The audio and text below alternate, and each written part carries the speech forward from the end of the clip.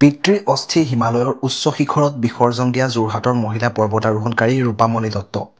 যোৰহাটৰ পৰ্বতকন্যা ৰূপামণি দত্তৰ কাহিনীয়ে আপোনাকো কৰিব অনুপ্ৰাণিত। তুষাৰাবৃত সুবিশাল হিমালয় সৃষ্টিৰ এক অপাৰ ৰহস্যৰ আধাৰ। তুষাৰে আৱৰা প্ৰাকৃতিক সৌন্দৰ্যৰ আকৰ, যি যুগে যুগে আকৰ্ষিত কৰি আহিছে পৰ্বতাৰোহী আৰু দুঃসাহসিক অভিযানকাৰীসকলক। জীৱন মৰণৰ সকলো সীমা উলংঘা কৰি বহুজনে এই পৰ্বতক বুকুত সাৱটি লৈছে।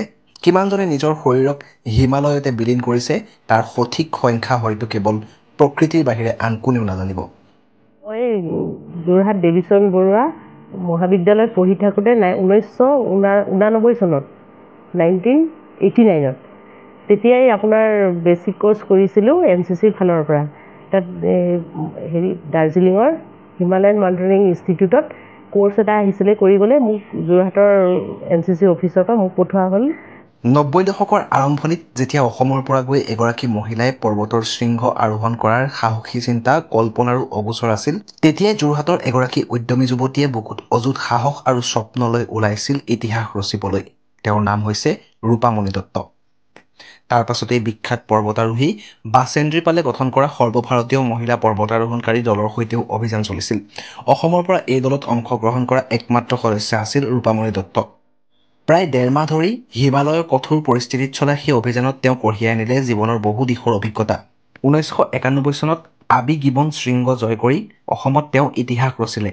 এই জয় অসমীয়া নাৰী শক্তিৰ এক দৃষ্টান্তমূলক নিদৰ্শন হিচাপে আজিও বিবেচিত হয়।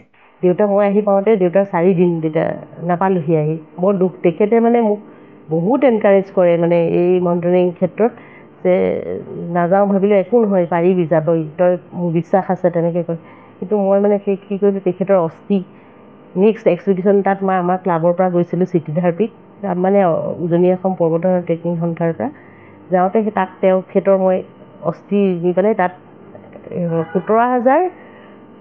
18,000 ওচৰ পিক যিটো লৈছিলে, সেই পিকটোত তাতে চিটিধাৰ পিকতে মই দিছিলোঁ, আপোনাৰ অস্থিটো বিসৰ্জন কৰিছিলোঁগৈ দেউতাক। বিয়াৰ এমাহৰ পাছতেই তেওঁ হিমালয়লৈ গৈছিল। সেই সময়তে তেওঁৰ পিতৃৰ পৰলোক প্ৰাপ্তি ঘটিছিল। হিমালয়ৰ পৰা উভতি আহি ঘৰ পোৱাৰ পাছতহে ৰূপামণি দত্তই পিতৃবিয়োগ সন্দৰ্ভত অৱগত হৈছিল। পৰ্বতাৰোহণৰ ক্ষেত্ৰত সদায় উৎসাহ অনুপ্ৰেৰণা যোগাই অহা পিতৃৰ অস্থি লৈ ৰূপামণি দত্তই পুনৰ হিমালয় আৰোহণ কৰিবলৈ যায়। আৰু হিমালয়ৰ উচ্চ শিখৰত পিতৃৰ অস্থি বিসৰ্জন দি পিতৃক শেষ সন্মান জনাইছিল ৰূপামণি দত্তই। জীৱনৰ পোৱা নোপোৱা, সংসাৰ, মাতৃত্ব সকলোৰে এক বিশেষ স্থান থাকিলেও হিমালয়ৰ প্ৰেমত মগ্ন ৰূপামণিৰ হৃদয়ত আজিও পৰ্বতাৰোহণ জীৱন্ত হৈ আছে। তেওঁৰ জীৱন কাহিনী কেৱল পৰ্বতাৰোহণৰ বৰ্ণনা মাত্ৰ নহয়, ই সাহসিকতা, আত্মোৎসৰ্গা আৰু অনুপ্ৰেৰণাৰ কাহিনী।